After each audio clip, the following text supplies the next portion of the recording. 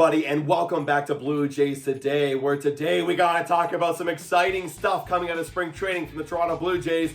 Vladimir Guerrero Jr. Is he in midseason form already? And is there a potential superstar emerging for the Toronto Blue Jays? All of that and more in this minute monologue. So Vladimir Guerrero Jr. in just his second game of spring training baseball, he has hit his second home run, and it was a no doubt, or even had a little sexy bat flip at the end. So is this the year where Vladdy goes back to his 2021 MVP ways? I mean, he's looking good. Last year he felt like he was chasing a ton of pitches and chasing the numbers like he had in 2021. So if he maybe lets the pitches come to him a bit more, then he thinks he could do a lot better. And if that mentality is being implemented right now, it's clearly working. Maybe Vlad will be an MVP candidate this season. And as well, number 12 ranked prospect Addison Barger is starting to turn some heads in the Blue Jays spring training camp. He has had his second game already with the Blue Jays.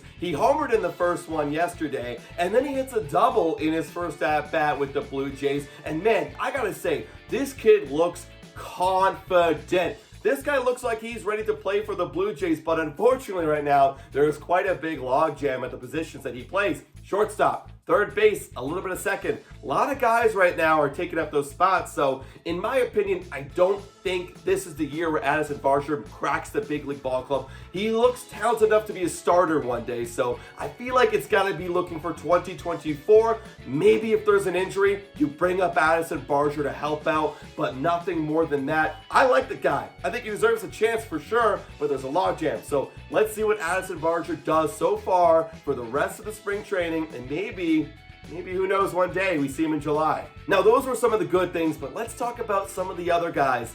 Dalton Varsho, he's 0 for 5 so far in spring training. Now, I know I'm overreacting a lot about, Barger and Vladdy, but I'm trying to stay positive, not overacting about Varsho. It's 0 for 5. People go on 0 for 5 stretches literally all the time, in one game even. So I'm not worried. That bats haven't looked incredibly great or promising, but again, new ball club, it's spring training. Let's see what else we can get from Dalton Varsho as the spring training carries on. And another guy, Nate Pearson, he came out for one inning of work in the spring training game today, and it did not look like he had any command of his pitches.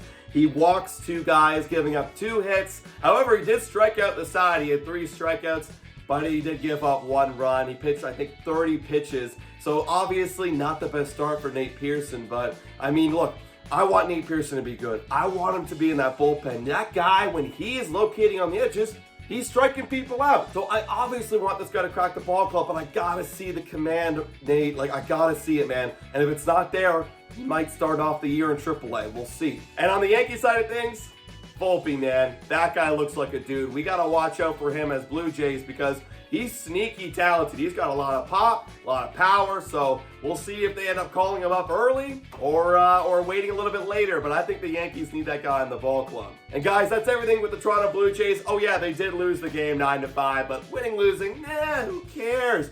We'll take them on in the regular season when we got Alec Manoah starting against them. And thank you so much for watching, guys, and as always, go Jays go!